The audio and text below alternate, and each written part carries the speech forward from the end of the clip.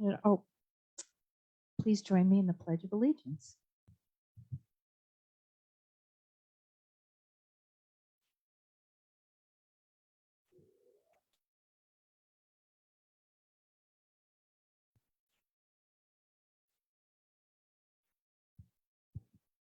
Thank you. Our Sergeant at Arms today is Past President Jim Hunt. Ready at your service, Madam Okay. President.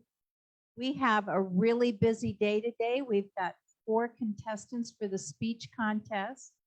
So we're going to move right along. Do we have any international visitors today? We do. Murray's here. Where is Murray? Right here. Where's Murray's right next to? Okay. Can we get everyone's Bob Warner. attention, please? We're going to keep this short and sweet today. Let's listen to our speakers and our guests. Thanks. Hi, I'm just going to say thanks for having me. It's always a pleasure being here. A lot of great folks. Thank you. Do we have, I know we have visiting Rotarians today. We have one at the head table. Coming right to you. Good afternoon. My name's Keith Cross. I'm from District 6450, as some refer to it, the birthplace of Rotary. My club is Rotary Club of Chicago Southeast. Been a Rotarian since 2005. I'm also serving as Assistant District Governor in my 4th year. And I just came out to fellowship, and I wanted to hear what this 4-way speech competition was all about. Thank you. Welcome. Do we have any other visiting Rotarians today? I don't see anybody. Yes, we do. Visiting Rotarian? No. Okay. Yes. Do we have guests of Rotarians today? Back There. there. Okay. Okay. He's a Okay. guest of the club. Back down this way? Yes. Okay.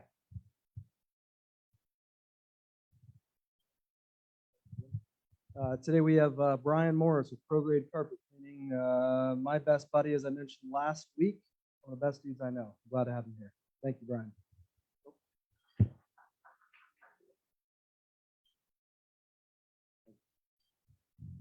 Okay. Guests of Rotarian. I'm guest of the club today.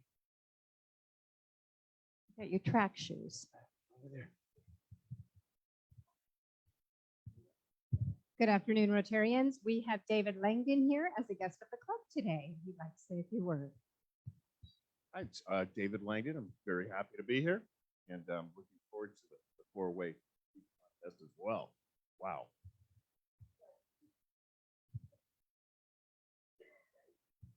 Welcome. Thanks. That wasn't me.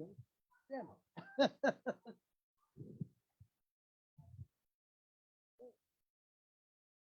Okay, we have a bunch of announcements today.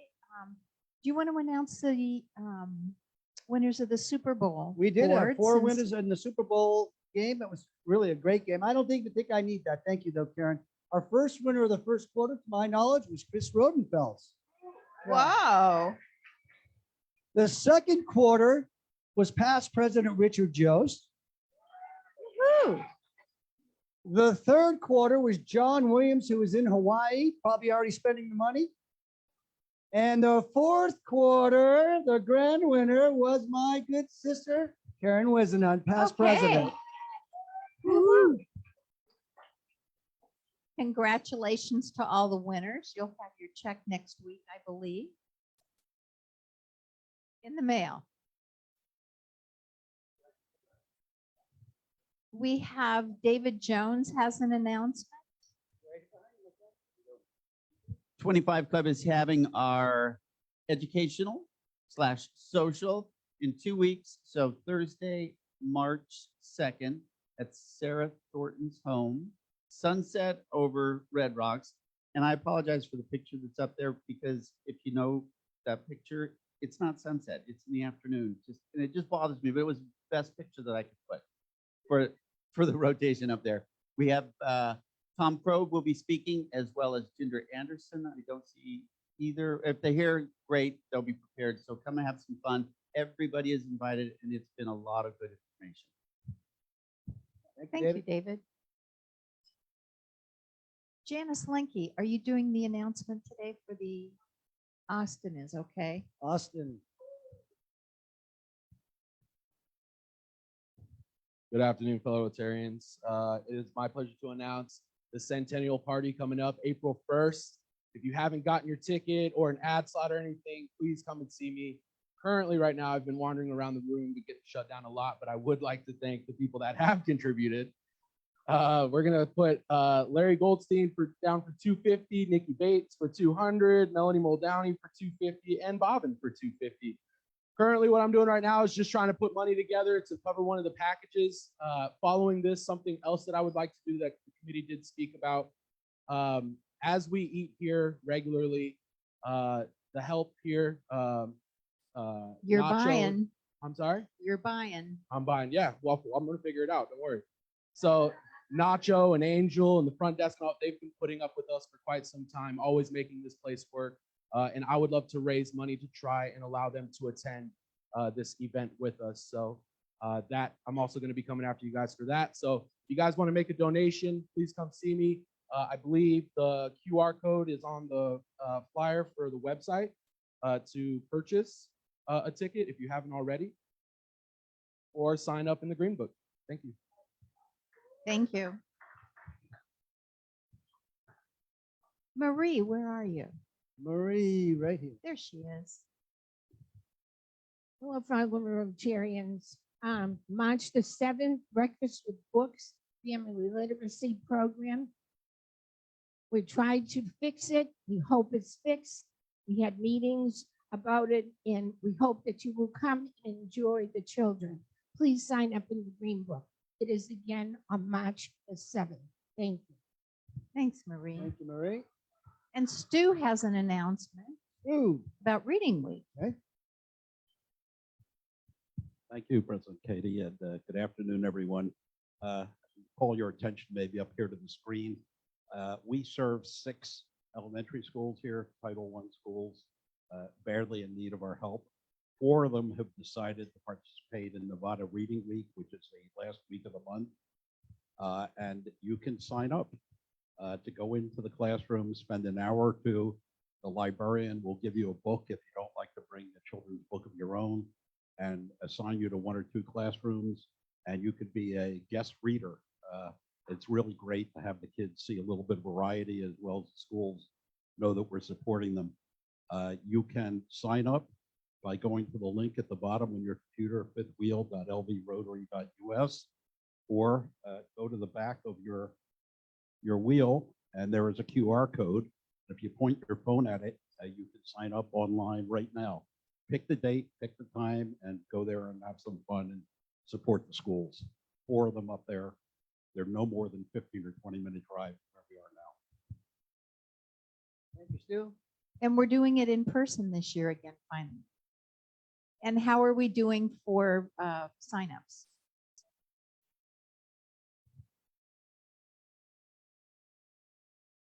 Okay. Okay, good. Thanks, Stu. Karen Wisenhunt. Back past President Karen Wisenhunt. Okay. Are you going to talk about the Mayor's Cup? Mayor's Cup, the kids from France showed up on Tuesday evening, and we have many host families out of this club and out of the downtown Rotary Club. And the Mayor's Cup itself is this weekend, Saturday and Sunday. And if they win in the tournament, then they play the finals on Monday. The first game is at 12:40 at Betty Wilson Soccer Field. So if anybody wants to come and watch the game, we'd love to have you there. Great, thanks, Karen. District conference registration has opened. The district conference is going to be in Las Vegas this year at the new Horseshoe Hotel. So it'll be an opportunity to see the changes that happen there. It's May 5th and 6th. So go on the website or in the Green Book to sign up for that. At a time, it should be really interesting. Rosalie, we have a couple minutes. Do you want to do your presentation? Thank you. Sure. While Rosalie's coming up, I want to thank John Pally, donated a beautiful Tiffany vase for our upcoming cigar social on March 17th, worth several $100s. This is going to be one of the best prizes we've had at our cigar fellowship. So make sure you put that on your schedule and sign up at the Green Book. Thanks, John. Okay, everyone. I would like to bring your attention to membership committee. We now have the section for corporate membership established and put together, and I'm going to chair that. We would like your participation in helping us have some people recommended to us that are larger corporations that would be interested in joining the club. Please don't bring it to their attention because we need to vet that first before we reach out to them and ask them. So the types of entities that we'd be looking at are corporations, any business who's successful and in business, nonprofit or a government entity. And it's going to create an alternative package for the members. We did a little bit of vamping it and we have changed it just a little bit so we can have additional members that are representing the CEOs who are not sometimes able to attend our meetings. And the other part in the bylaws, we did a revision to the continuing resolutions 13. So if you want to look there for some additional information. And that's what I have for you today. So if you have anyone that you would like to recommend, please let us know and we will reach out and get those efforts going. Thank you. Thanks, Rosalie. We have a grant presentation today. Tony, want to come up and do that?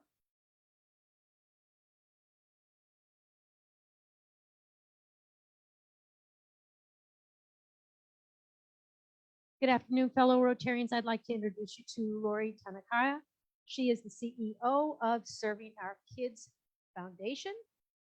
And recently, for the selection of a nonprofit by the Tom and Leslie Thomas Month of Giving, her organization is the recipient of a $3,000 check for reaching out to serve more. And I'd like Lori to give you a little bit more about the program, where the money's going. Thank you, Tony. First of all, thank you so much to the entire Las Vegas Rotary and to the Thomas family for this very, very generous donation. For those of you that don't know Serving Our Kids, we are a small grassroots organization based in Henderson. We've been a nonprofit since 2013, and our simple mission is we create weekend meal bags for food insecure children across Clark County. Currently today, we are feeding more than 4,000 children every week in over 100 schools across CCSD. And this money will go directly to purchasing food for the meal bags. So we are incredibly grateful. Thank you.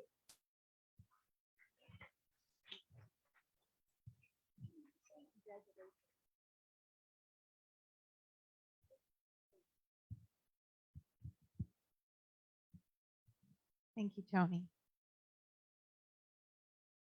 I'm going to thank the people who helped us put the meeting together today, Kathy Mann and Bob Warner for setting up, Debbie Howard for being the greeter, Marie for selling tickets. Our scribe today is Jason Federico, and Tina Bishop is filling in for past President Jim Tucker, who was ill today and couldn't be our photographer.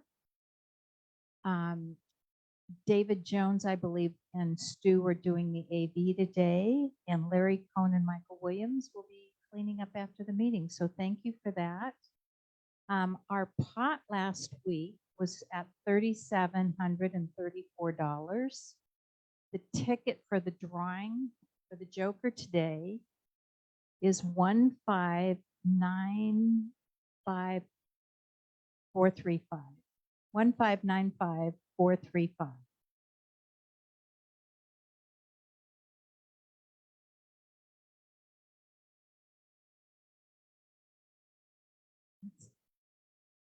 Nobody has that ticket?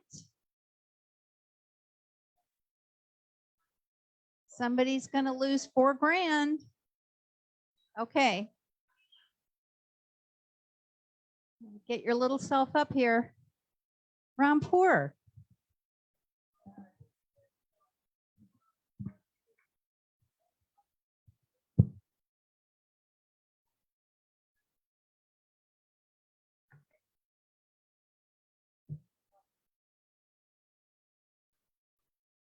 Oh, okay. All of you close your eyes. Oh. Oh.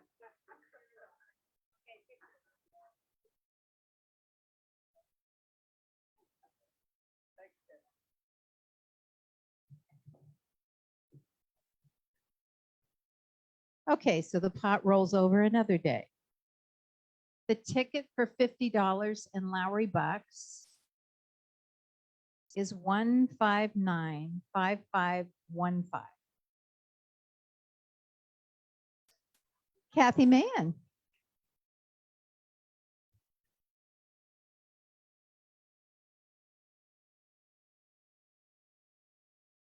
Well, here you go. There you go.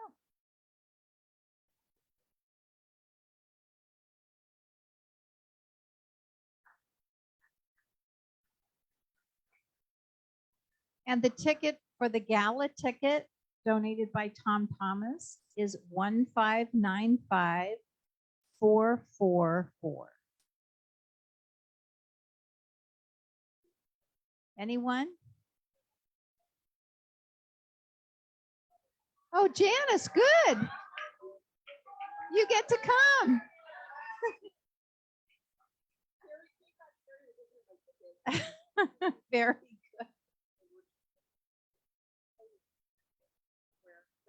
I trust you. I figure you'll be there anyway, right? Okay.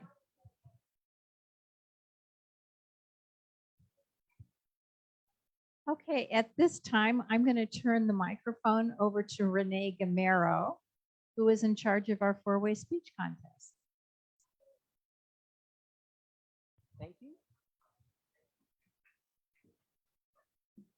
So I pulled those tickets, so you're welcome.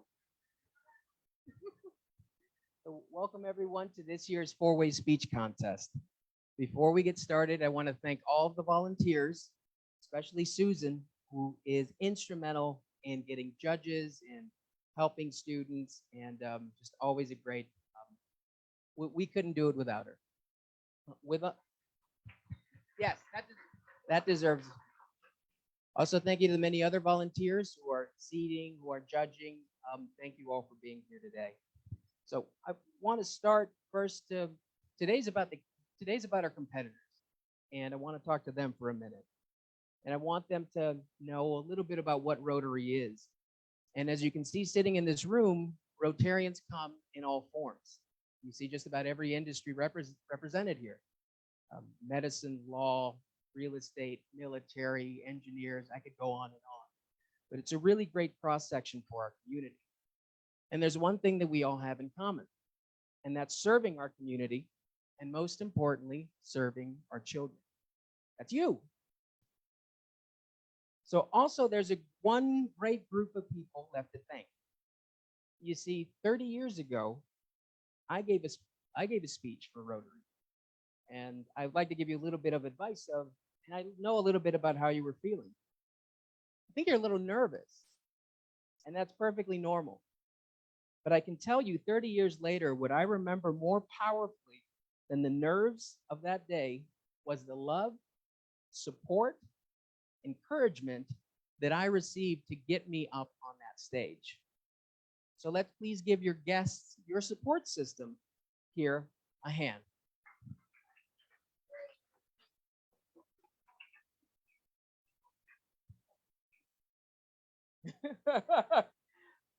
I really want to present the importance of the moment.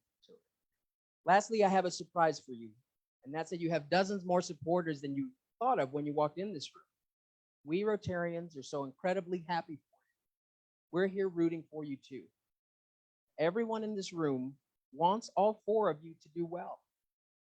Thank you for participating, and thank you for sharing your talents with us today. That's it. That's all I'm going to talk. That's it. So with that, I'm going to talk a little bit about where is our timer? Timer, hello? The speeches are supposed to be between 6 and 8 minutes. To help you with that time, our timer will hold up a 2 when you're at the 6-minute mark, see there, and a 1 when you're at 7 minutes. If you go over 8, our timer will indicate that and tell the judges if you went over time or not. Your speaking area is anywhere here in the front. You can either leave the microphone here and adjust it or walk around with it. It is entirely up to you. And with that, we're going to call each of you up, and you have 1 minute in between for the judges to do their tabulations. And at the end of it, you're going to receive our praise and some scholarship money as well. So that should be fun. So with that, if you are ready, contestant number 1, we are ready for your speech.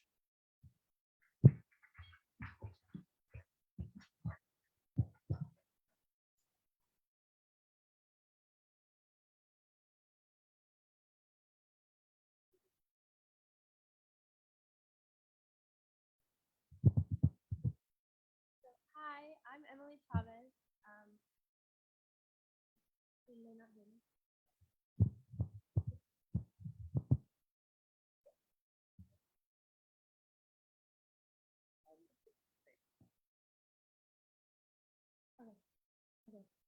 Okay, one more time. Hi, I'm Emily Chavez.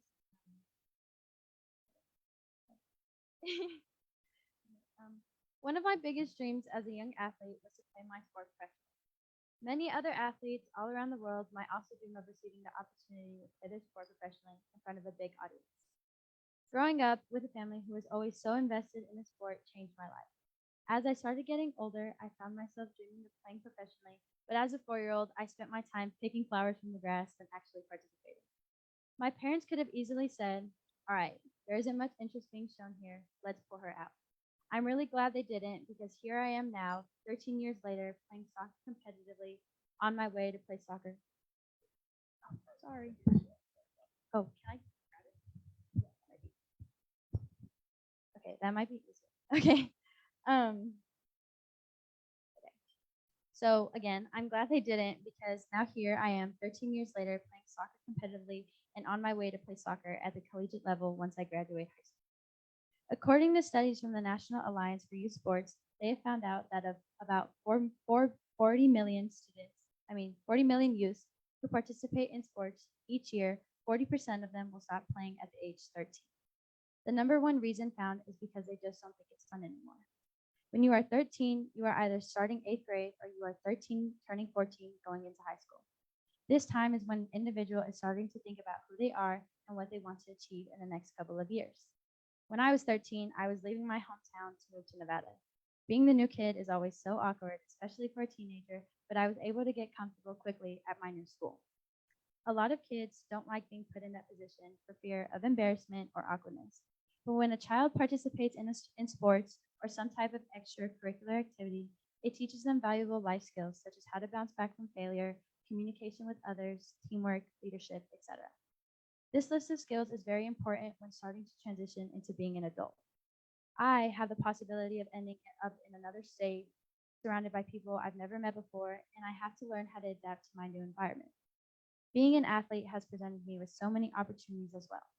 I've gotten the chance to play in different leagues, different levels, and in different places. A big factor in my motivation to play was my older brother. In my eyes, he is such a talented person. I got to see what it was like for him to build so many relationships with so many new people. He was my inspiration, but others might not have that person or famous athlete to inspire them to continue to play. In the soccer community, many people idolize Cristiano Ronaldo or Lionel Messi, but they have overlooked and underappreciated many professional women's soccer players. A prime example is when the U.S. women's national team went to trial for their Equal Pay Act in 2020. They did this because they wanted equal pay as a men's national team. The players sued their boss, U.S. Soccer, alleging that the federation paid the U.S. men's national team more due to gender discrimination. The women's team was paid smaller bonuses and would have earned more money under the men's CBA, but the judge said that their evidence was insufficient to create a genuine issue of material fact for trial. At the end of the day, the U.S. women's national team lost this equal pay argument.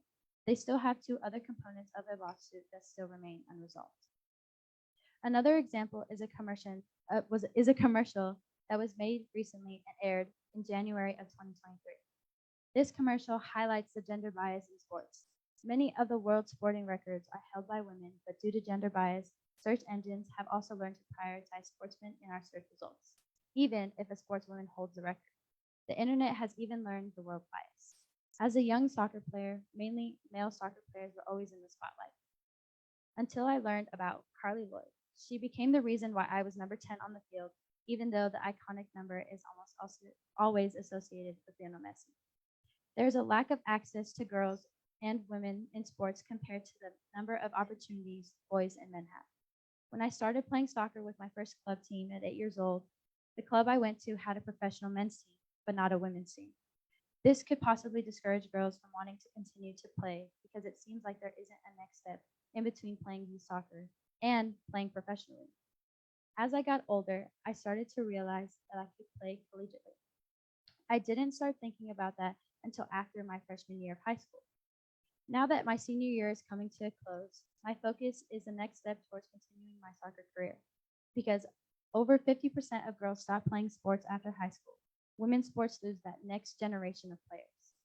Only a little over 7% of high school athletes, so that's about 1 in 13, and 2% of them go on to play NCAA Division I sports after high school. But even after playing at such a high level of sports, only 1.4 of college soccer players will go on to play professional soccer. By not highlighting women in sports, it could potentially jeopardize the future of our professional programs. Of course, we will still have those girls out in the world that dream big and dream to play professionally, but there will always be a large percentage of girls who also quit their sport because of lack of interest, lack of access, and overall lack of highlighting importance and accomplishment of women in sports. My dream was always to play professionally and get to represent my country on a national level. Although my time to achieve that dream is coming to a close, I believe that it is important that the media starts to highlight women in sports to encourage future generations of girls wanting to play sports, to potentially motivate them and give them the idea that they can achieve and accomplish anything. Looking back, I know that my 4-year-old self would be extremely proud of the accomplishments and goals I have reached in my athletic career. I had my brother to look up to, which was great, but my motivation to continue to play came from seeing such great players such as Carly Lloyd, Alex Morgan, and many others play. I hope to see more women in sports see the effect of their accomplishment on girls who wish or want to play sports, so that way it can continue to create players who strive to achieve their dreams and get to the next level. Thank you.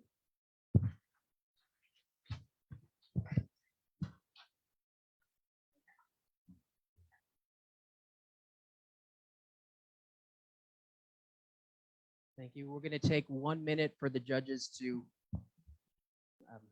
judge.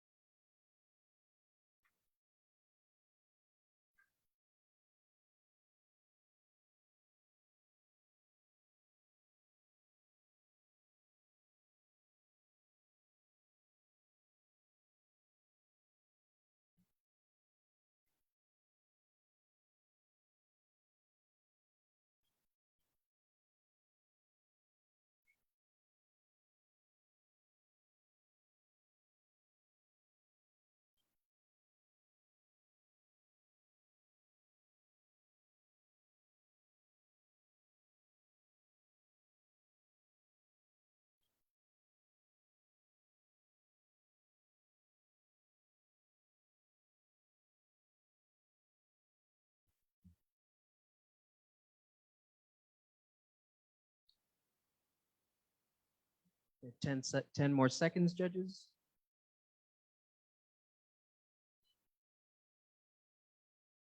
Okay. And now we will have contestant number 2.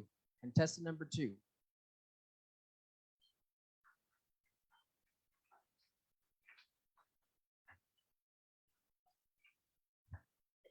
It doesn't.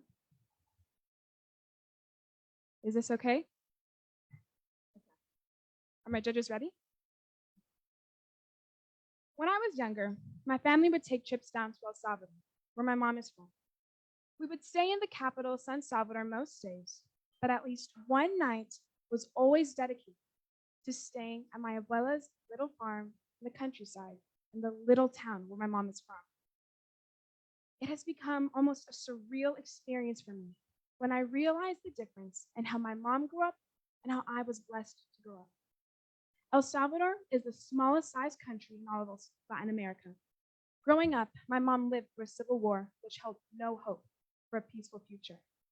And despite not wanting to leave her home, my abuela gradually took my mom and her 8 siblings to Canada. And despite all these challenges laid before them, my abuela never let anything hinder the education of my mom and her 8 siblings. All 9 of them went through elementary school, high school, and university. All 9. You see, my abuela knew one thing. She knew even if the world could take your possessions away from you, your home away from you, no one can take your education away from you. No one can steal the contents of your mind. But when you look at the education in Nevada and you compare it to the rest of the nation, the difference is manifest. The students in Nevada are not at the level they should be in order to succeed. When I imagine Rotary, I see a world where all people cared for the education of children. It is not right that children who are subjected to the state they live in receive unequal qualities of education. It is not right that in Nevada, parents have to spend college-level tuition for elementary school or high school just to ensure that their children will not be threatened by unsafe environments. In order to make a change, it just requires one person asking for help. My family and I recently fundraised $1,000 for teenagers graduating middle school in Ilopango, one of the most dangerous cities in all of El Salvador. Their dream? To go to a park, a day camp, a retreat that just costs $25 per child. These kids will never go to high school because they need to work to support their families. So giving them this opportunity allowed them to close their lives as students with a memorable experience. And it all started because their teacher asked my aunt, who asked my family for help. The friendship between the teacher and my aunt allowed these students to have an opportunity they would not have otherwise received. Just one person willing to ask for help and another willing to lend a hand. The joy on the faces of those students is engraved in my heart forever. My dream is to see how our community and country approaches education change so that all students may have the ability to have a proper education. As part of the 4-way speech test, I must prove to you 4 things. First, is it true? According to the Oxford Dictionary, the definition of truth is that which is in accordance or with reality or fact. First, let's decide if there needs to be change in Nevada. According to the Department of Education in 2021, Nevada was ranked number 49 in education. And not only are we very low in education, but we also have one of the highest percentages of students who do not continue or even pursue higher education, according to the Nevada Independent. So it is evident that the education system needs to be improved and is therefore true. The second thing I will prove to you, is it fair to all concerned? The fact that students in America are receiving unequal quality of education is by definition unfair. Some students in Nevada don't even have a chance. According to the nation's report card as of 2022, not a single level of criteria for the assessment of 8th graders had significantly improved in the recent years and was in fact lower than the national average. To put it simply, 8th graders in Nevada underperformed in every level of mathematics, science, reading, and writing. And to top it off, only 5% of 8th graders are at an advanced level, only 5. It is only fair that these students receive a proper education. The third, will it build goodwill and better friendships? The friendships found in school are often irreplaceable. My mom still talks to her best friends from elementary school, despite moving at 13 years old. But outside of the friendships in schools, educating students directly impacts the goodwill of our nation. When our schools are both safe and foster an atmosphere of productive competition, our children will form relationships that are not just emotionally supportive and intellectually stimulating, but ones that also push them to be better and grow in their confidence. Finally, will it be beneficial to all concerned? Improving the education system would benefit all parties.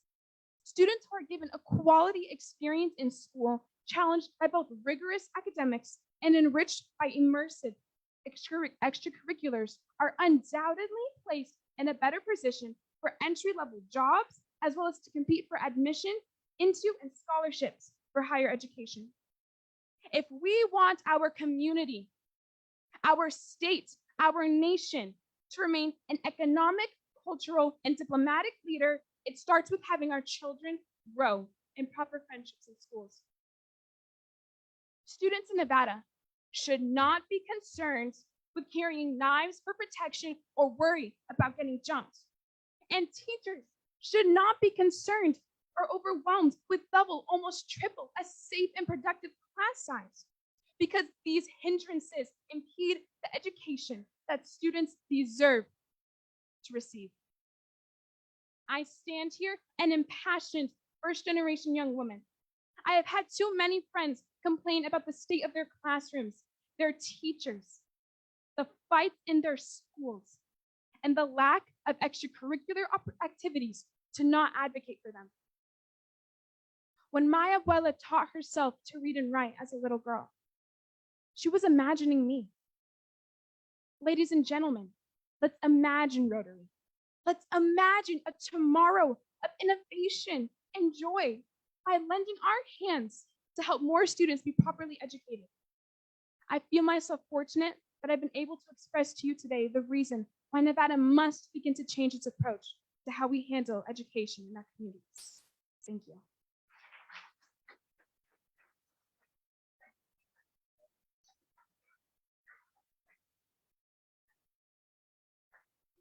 Thank you so much. And we'll offer judges 1 minute here for tabulation. And I was asked to share a little bit about my speech experience with Rotary 30 years ago.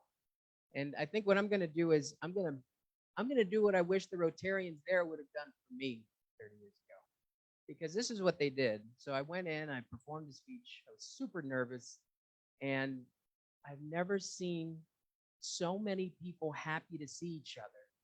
And I thought, what is wrong with these people? Because I'm like a sophomore in college, and I'm like, I've seen all these people around town, but now this is where they hang out. This is like, what are they doing here? And what they did at the end is they gave me a scholarship and they sent me on my way. That was it. All up until maybe 6 or 7 years ago, when I was getting professional headshots done, and someone had a Rotary pin, and I asked them a question, and I went to lunch, and the rest is history. And I was in Monterey, California. So what I'm going to communicate to our participants today is we're a service organization. We help the community. We get together, we love each other, we love the community, and we love to give back.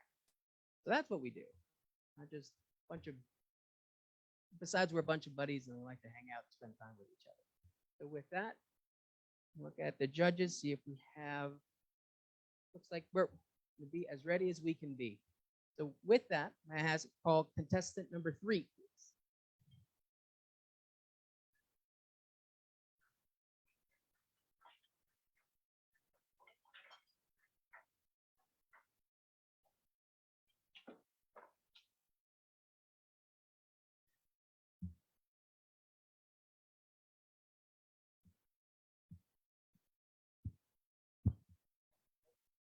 No. Hello, everyone. I am Vincent Galvez. Okay. Take a moment, close your eyes, and think about what is peace and how it affects the community and all other communities. I'm willing to guess that the thousands or hundreds of notions that just started about peace just surfaced in the last 3 or 2 years. I'm pretty sure when I asked about peace, most of you guys saw a big picture in your guys' head, such as something that's out there or something that will happen one day. People think there's this big idea or this big premeditation on what peace is going to be someday or how it is now. Others of you probably thought about actions or accommodations willing to change or make peace happen in our community, or how peace is lived in the present. This is the allure of peace. It is personal and intimate. Peace is also bigger than all of us. There is really no way to define peace because it could mean several different things to people, such as peace in poverty, discrimination, ethnic tension, lack of resources, and lack of education. Is it true that it is possible for us to create peace in our communities? Is it fair to everyone that is concerned that we take measures so far to help people struggling with peace in their communities, such as protesting, volunteering, and hoping to better the situation? Can we use these services to create better goodwill, better established friendships, and therefore change lives of people? And finally, would it be better to all those who are concerned? See, the truth is, over 70 million people are displaced in this world as a result of conflict, violence, or persecution, and human rights violations. And half of them are children. And there are organizations trying to help bring this number down, such as Rotary, which is a humanitarian organization where peace is a cornerstone of their mission. And their belief is to help people work to create peace in their communities that can have a global effect. Or another organization, such as the Peace Development Fund, where their promise is to end over to be a key go-to foundation on issues of peace as human rights, social justice, and environmental protection. With their motto being, we understand peace to be a consequence of equitable relationships. Lastly, like Las Vegas, Serving Our Kids, which is an organization that feeds 4,000 kids every week and helps 100 plus schools around Las Vegas. Serving Our Kids is committed to ensuring that our kids have food to eat during weekends so kids don't feel misplaced, and also covers the poverty part on peace, which I have luckily been able to contribute my time with my club FBLA or Future Business Leaders of America and with my stepmom and her job. Which what we do is go through a line kind of like a buffet, grab a bag and grab one of each item, 2 items depending on the item. And there will be people at the end that tie bags. And if you guys really need a skillful tire or a skillful bagger, I'm your guys' man. I'm really good at that. I will continue going because I saw firsthand kids getting bullied because their parents don't make enough money or their clothes are ugly or distressed, which made me decide to help and volunteer with this organization because it could have disturbed their peace and made them feel unsafe going to school. It is only fair that we help protect the people that are at conflict with peace from cruel stereotypes and violence, and that we defend them so we could find peace in our nation because that is fair to all that concerns. Most of these individuals who have faced conflict and not peace have been hidden from the public eye because they are ashamed or scared to be seen, and this has been going on for far too long. Study Finds did a survey and found that 2 in 3 adults avoid social events because they are scared of backlash and embarrassment in their financial struggles. Also, according to Newsroom, 7 in 10 Black Americans say they have experienced incidents of discrimination. And then also with the JAMA Network, they have concluded that there has been 101,325 suicides last year were because of social and environmental peace, 73.5% being male and 26.5% were females. I feel like changing lives is building awareness of the problem that we need to provide long-lasting solutions and help create peace so we can use service to create goodwill and better establish friendships. At first, when I started volunteering my time with Serving Our Children, I didn't see how I could change anything. But after my 3rd time going, I now have a better understanding on how much kids I really help. Once I see after we're done with all the bagged food, I realize how much kids these lunches are going to. And it opens my eyes that I could be helping not 10, but close to 300 kids by the time I'm done. And it only took 1 to 2 hours of my day. And then now I have the mindset and the realization that no one should ever feel hunger that can't get their hands on food easily, or no one should ever feel ashamed because others want to look down on you. And peace to me is a nation coming together to help each other, or just simple little gestures that cause peace, and no name calling or childish games, because they're human and so am I. While I was volunteering, I found I made so many friends and memories there. This is beneficial to all that concerned, because if we just have a change in person, and better yet, a change in attitude, because it stops bullying, we could try to help with poverty, and we could try to help our community as much as possible to create peace. As Rotary said, we refuse to accept conflict as a way of life. By carrying out service projects and supporting peace fellowships and scholarships, our members take action to address the underlying causes of conflict, including poverty, discrimination, ethnic tension, and unequal distribution of resources. With that said, this is why peace should be spread, and we should hope bring peace to this nation. And I can't wait to see people make a change, or even my family members hope. I want every one of you to try to help and bring more peace to this world. Thank you.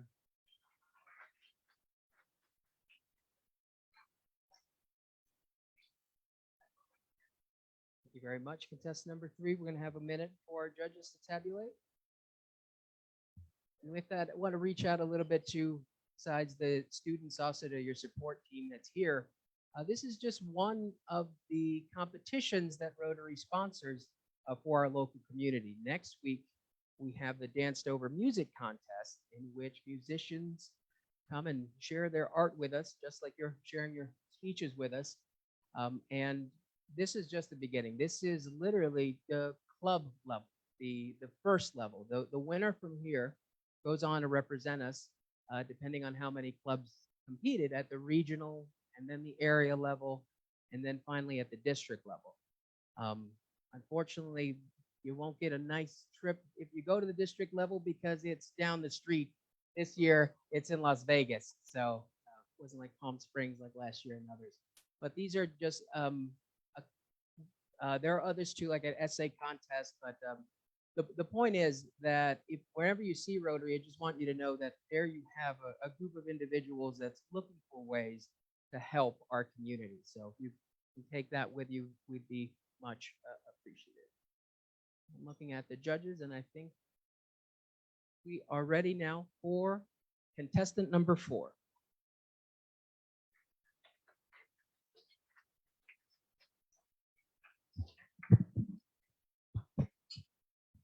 Good morning or afternoon. I just wanted to thank you guys for the opportunity.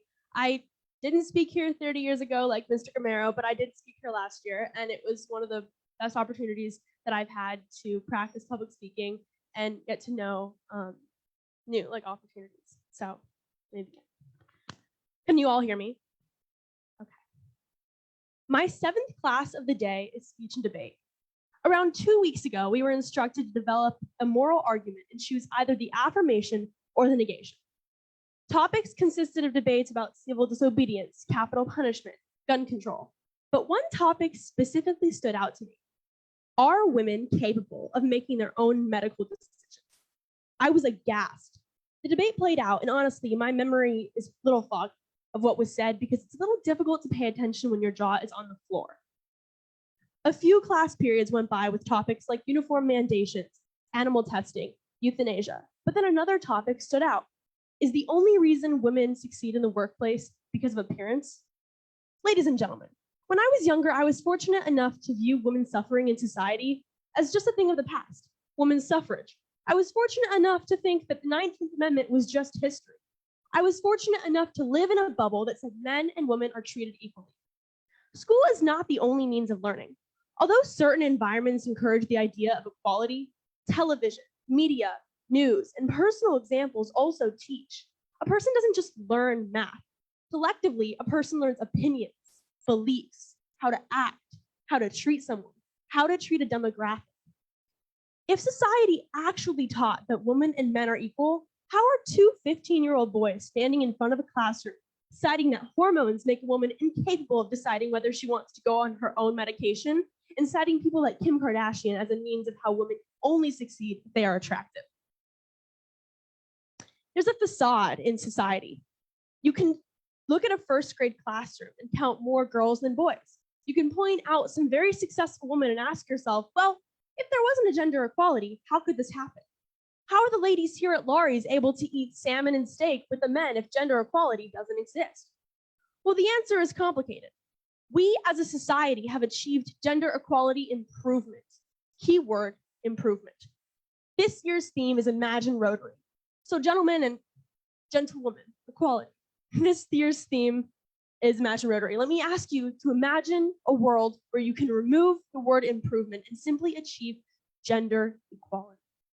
To walk you through the reality of gender equality, I figure the best way to put to test the facade of equality is the Rotary four-way test.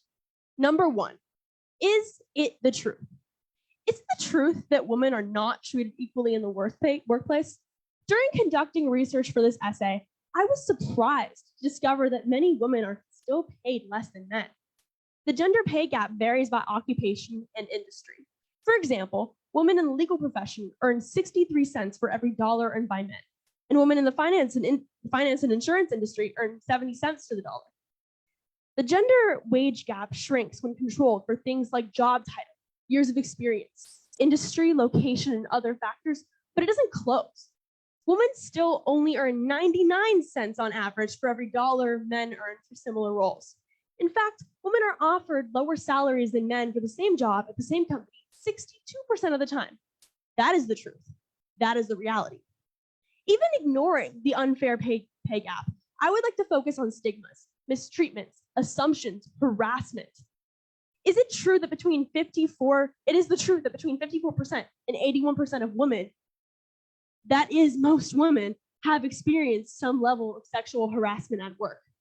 And when we move on from the workplace, it is the truth that 1 in every 6 American women have been the victim of an attempted or completed rape in her lifetime. Number 2, is it fair to all concerned? Is it fair to the women who are expected to be objectified in order to succeed or advance? Is it fair to the little girls who are told that education is all you need to succeed, and if you work hard enough, you can achieve anything, but are never taught the reality of harassment and prejudices because it is outdated and inappropriate for a college preparatory education? Is it fair to the mothers who accept the title of stay-at-home mom with eyes of judgment and assumptions that she is lazy, as if being a mother isn't one of the most difficult jobs? Is it fair to the fathers of daughters who fear for their girls' future because of the reality of society? Is it fair to the 1 in 3 women who have been abused by an intimate partner, and to the 73% of them who stay silent because of an ingrained obligation and acceptance of that mistreatment? The answer? No, it is not. Number 3, will it build goodwill and better friendships? If we stay true to the Rotary theme and imagine a world of equality, the answer is simple. Absolutely. If female inferiority wasn't ingrained into society, women would literally be safer. Women and men dynamics would thrive. Many romantic relationships would improve. In a friendship or relationship, one has to view the other as equal.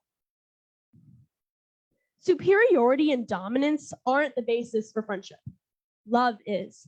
How can we expect to have genuine goodwill and friendship if society is hinting that half the population is lesser than?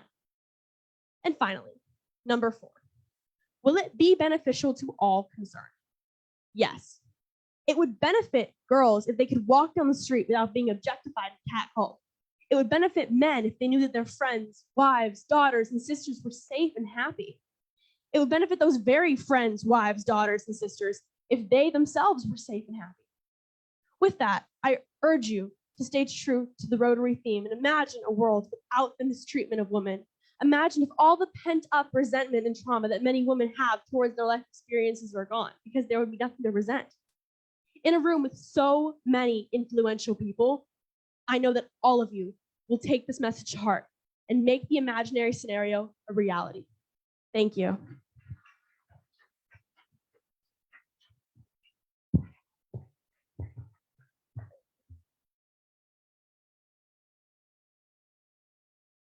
With that now, I'm going to ask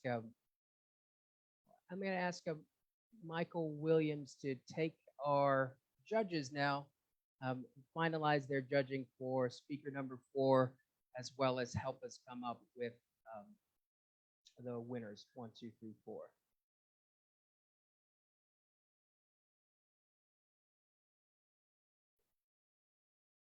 like they're really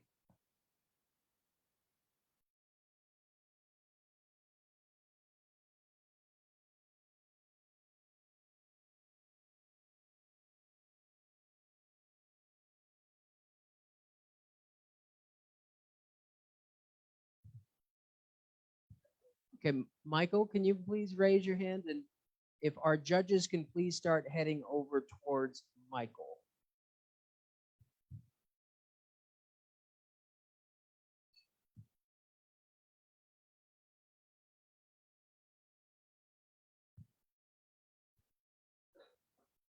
As soon as all judges are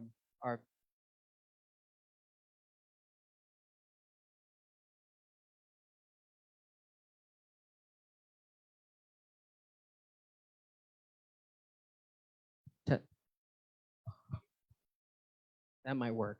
As soon as we get the judges over to the bar area, so you can have something to help with their.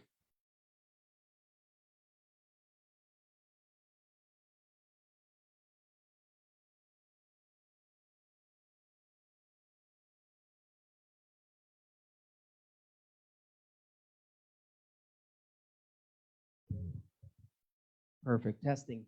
Great. Now from here, I'm going to turn it over to Susan, and I'm going to ask all contestants to please join us. Thank you, Renee. Yes, contestants, please join me up front.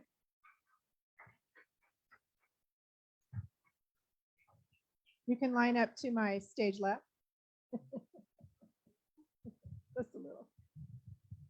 Now you know something about me.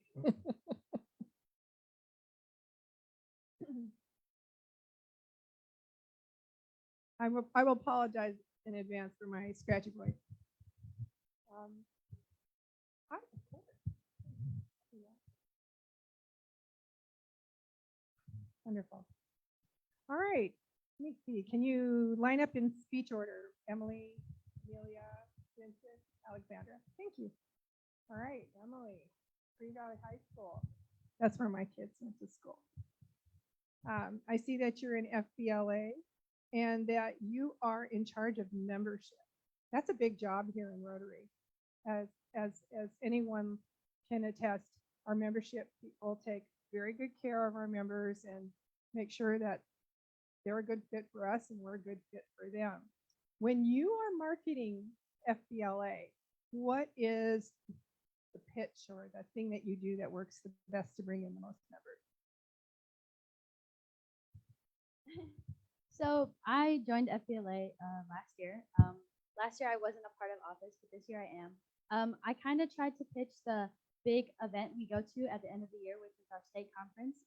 Last year we went to Reno. It was a great opportunity because we got to meet people from all over Nevada, not just from Vegas. So yes, other schools from Vegas did come, but we met people from everywhere. We got to talk to them. You know, we did competitions, speech competitions, test competitions, and it's like a lot of people thought it was really cool that we went to Reno to do that. Even though it's just a club, like it's not a sport, but we still have a state competition. And this year it's at Planet Hollywood. You know, everybody thought that was so cool. So it's kind of just like trying to appeal to them, like by what teenagers like. It was just really easy. And also like I have Vincent as my vice president. So it was easier to kind of reach out to students and kind of appeal on the likeliness that they would like the club and that they would enjoy like participating in stuff year round. So letting them know what's good for them, right? Thank you. I also see that you play soccer. My daughter was on the Green Valley High School soccer team as well, and it gave her a lot of opportunities that she didn't see at first. And like you said, adaptability, making friends when you move into college, go to college and play. You said something about playing nationally as well. So you have aspirations for the women's professional team? I mean, I always have. When I started playing soccer, it was always a goal. It was always something that seemed like it could be so achievable. But to try to get there, it is a hard process. But I've just been focused on continuing my career as a club athlete and then playing collegiately next. Well, college will give you some opportunities. My daughter went into the military. She was able to represent our country playing for the United States Armed Forces team. So if that's on your agenda, you may still have a chance there. Thank you very much. I'm going to move on now to Amelia. You guys can just rotate around. Thank you. And slide on down. Okay, Amelia. I see that you go to Crystal Green and that you're very involved in campus ministry.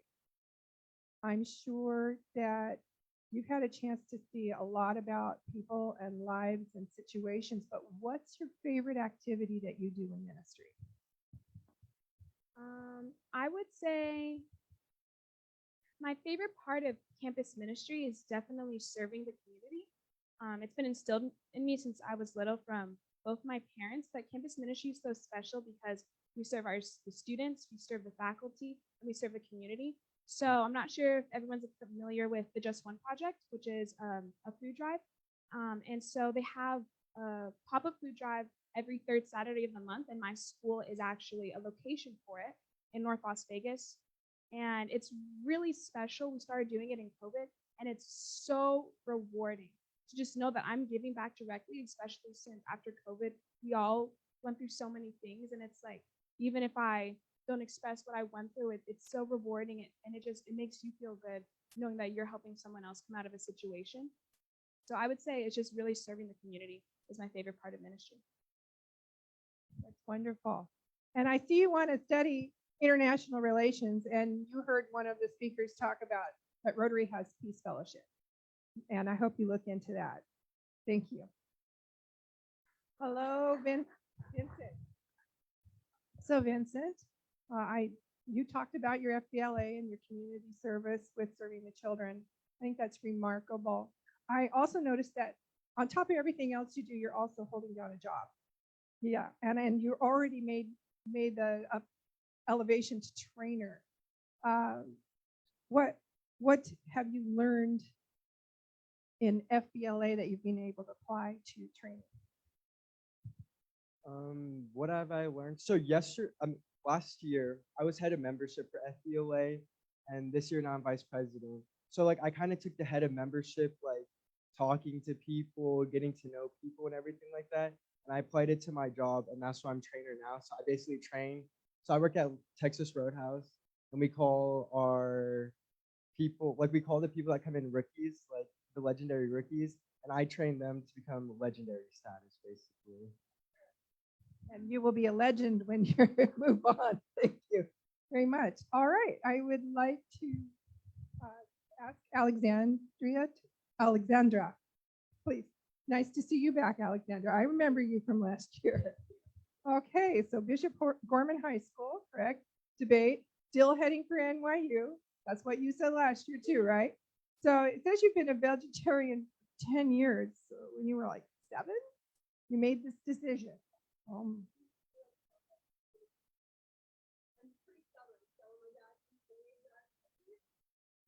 Okay, so have you already checked out all the food services on campus? You can find enough vegetarian food.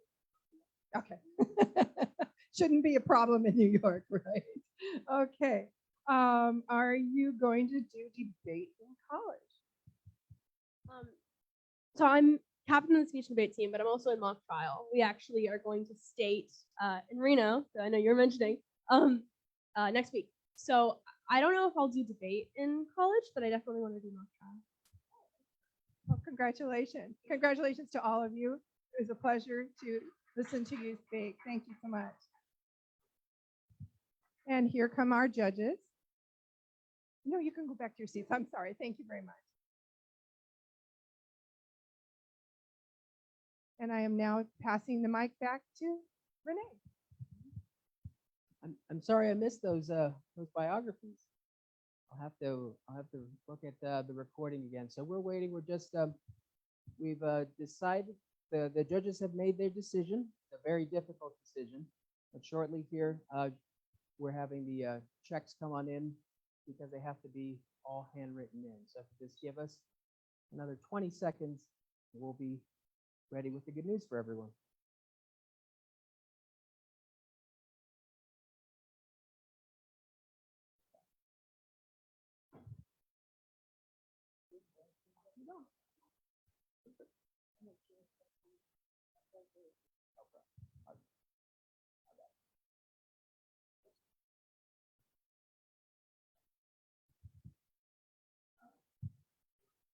And if I can ask all the competitors that as your name is called up, we hand you your lovely certificate and hand you your scholarship money. If you could stay up here so we could take one picture together at the end, please, that would be great.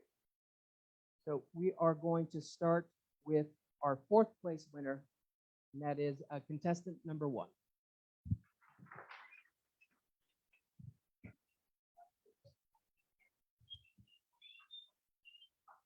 We have a lot of fans in the audience. Fantastic. Thank you so much. Congratulations.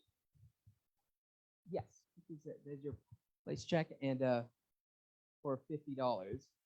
And now for our third place winner, we have please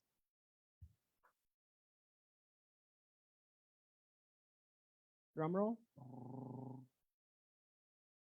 Contestant number 3.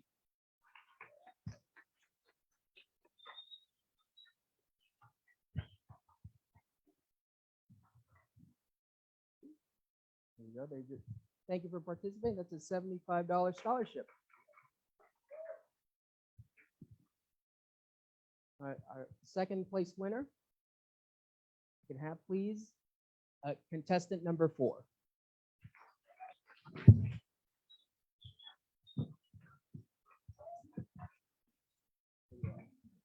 With a scholarship check of $100. Yes, all of that is yours. So you guys know who it is. Contestant number 2.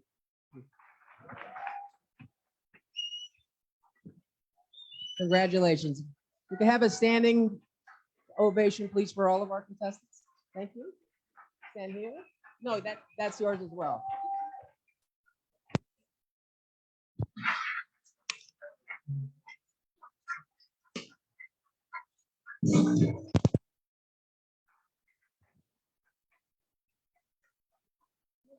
So thank you so much. Thank you so much. And with you being the winner, are going to go on to the next round. You will be the alternate. If for any reason you cannot attend the next round, and we'll send that information. So thank you again, and please sign the back of your checks because we need that receipt for accounting. Thank you so much. You can. Oh. Oh, she got it. Yeah. Great. Thank you. Oh, the parents have to.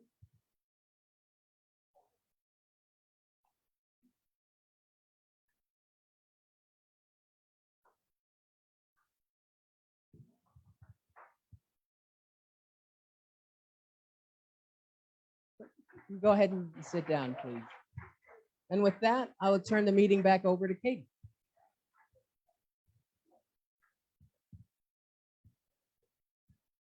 I'd like to thank all our participants today, and especially thank the teachers and the parents that helped them and coached them. We have a short meeting.